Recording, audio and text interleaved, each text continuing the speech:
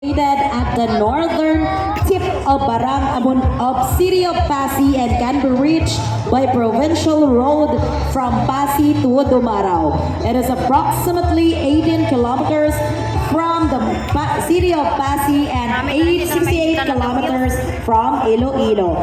It is composed of 7 purok, namely Tagubong proper, Agbatuan, Agbariri, Agkatol, Pangimnan, Tayaba, and Overflow. Major crops grown in the barangay were rice, corn, sugarcane, vegetable, root crops, and food forest products.